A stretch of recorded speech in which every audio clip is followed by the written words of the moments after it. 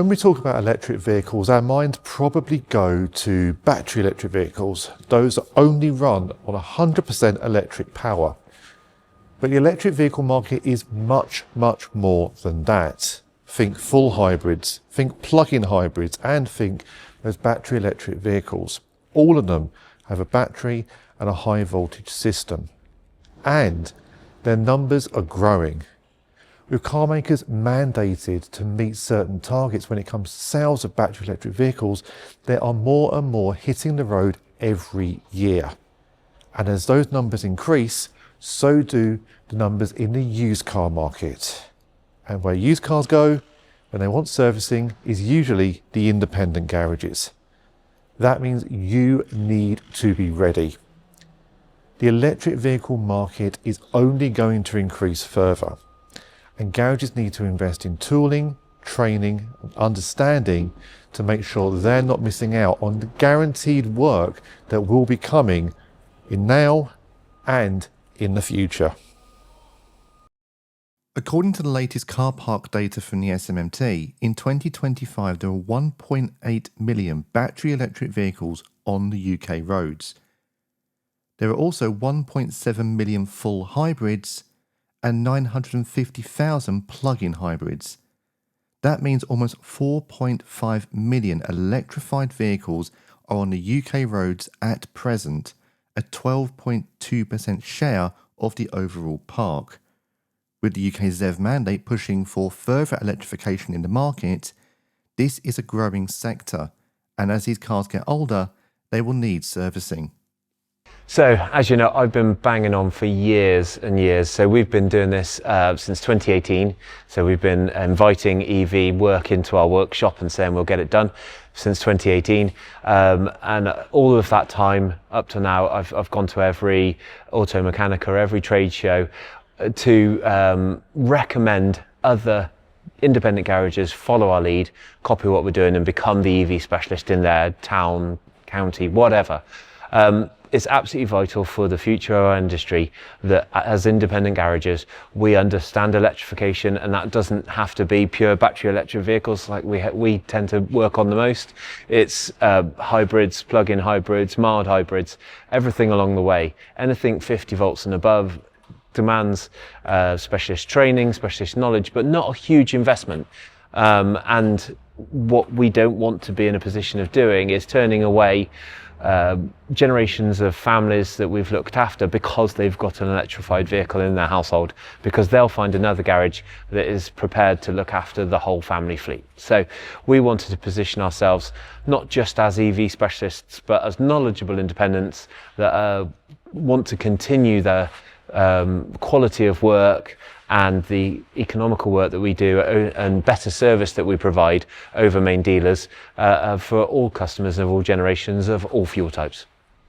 So are electric vehicles really that complex? And what is the best training that is available to make sure that technicians not only understand how to work on them, but that they stay safe when doing so? According to the latest data from the IMI's EV TechSafe Technician Forecast, 2,792 technicians gained an EV qualification in the fourth quarter of 2025. That was a 6% rise compared to the third quarter of the year, but 17% lower than the same period in 2024. The IMI states that 74,734 technicians now hold an EV qualification. This is around 35% of the UK technician workforce, but projected demand could exceed supply by more than 43,000 technicians by 2035, meaning training today is essential to keep not only your business, but the automotive industry moving forwards. EV training, I suppose, is now business critical for the automotive aftermarket. The UK car park is obviously changing rapidly. EV registrations continuing to rise, vehicles becoming an increasingly common part of the workshop activity as well. At the same time, the pace of technician training is not really keeping up with the future demand, albeit it is improving, but it is slowly improving. The IMI's latest EV TechSafe forecast show that while the number of EV qualified technicians is growing, the industry still faces a significant long-term skills gap unless training accelerates. There is still that out of balance sort of training progression and the car park volume. For workshops, EV capability is no longer something to consider in the future. It's needed now. This is essential for safety and safely servicing, repairing and maintaining the next generation of vehicles, really. It's one thing understanding the basics of electric vehicles when it comes to garage work, but what about those who work on the road, especially in the breakdown services? Despite the fact that the number of EVs being attended to because they've run out of charge at the side of the road is dropping, as these cars get older, more wear and tear will occur, and that will mean breakdowns at the side of the road. So how important is training for roadside and mobile technicians when it comes to working on electric vehicles? It's hugely important. You know, it doesn't look very good, obviously, if we go out and we go, oh, I don't actually know what's going on here. You know, we need to be able to service our members properly and give them the right information as well. You know, safety aspect side of things as well. We can't go out to electric vehicles not knowing about them and go, oh yeah, that'll be okay to drive, and it's actually not. So yeah, AA do provide a lot of training in terms of that side of things, and there's a lot of material out there to give us the knowledge that we need to be able to provide the service. And we have systems within our, we have tablets, got systems within that we can, there's loads of information that we can look at fault codes, and it will tell us, you know, what this fault code means and what we can do to potentially fix it. We share, Haynes Pros share a lot of their data with us, so that's where we get a lot of information, but we can see loads of technical data about the cars, which is really, really handy at the roadside. These Kias are over 3 years old, and that means they need an MOT, and if they need servicing, they're more likely to come into an independent garage rather than the main dealer. That is, of course, if the garage is ready and accepting of electric vehicles. With this in mind, training on EVs is not only essential for keeping the automotive industry moving, but for making sure you future-proof your business. It's safety critical. Yes, a business or a technician could stand and continue to do what they're currently doing without looking at maintenance or repair on EV, but the pace of technology, especially within automotive now, I personally do believe that if any technician or employer stands still and doesn't address this change, they almost become irrelevant.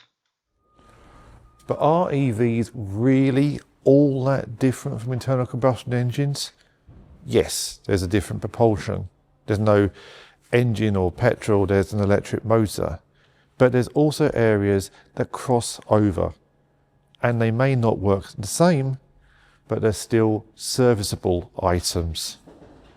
I think component-wise there is some differences because first of all it's already the compressor, which is the heart of the air conditioning system, is electrically driven, while in the past it was of course with the pulley going on your belt of your engine. That is where the major difference is. There is also some other difference inside in some of the components with electrified parts that we do not see in the system today. But I think the majority, the main thing for the workshop, what is important is that they get their education on it. It is important, first of all, for the safety of everybody, that people who work in the workshop on this electrical compressors, that they know what they are doing, that they have the correct licenses or degrees. In some countries, you need to have a special permit for this, or that you need to take some courses on it. And therefore, I think it is important. And next to it, what is also important, I think when they go into the oils and into the refrigerants, that they make sure that when they refill, that they have the correct oils and correct refrigerants, that they don't think, everything what I was doing on the traditional combustion engine AC system is the same what I can do on the electric, because there is some nuances in the way how to handle it technically, and also on what kind of materials you need to use. This is the Aon V, a new car from a new brand entering the UK. And like most of these marques, many of them from China, they're launching with a battery electric vehicle and have a plug-in hybrid planned for future release.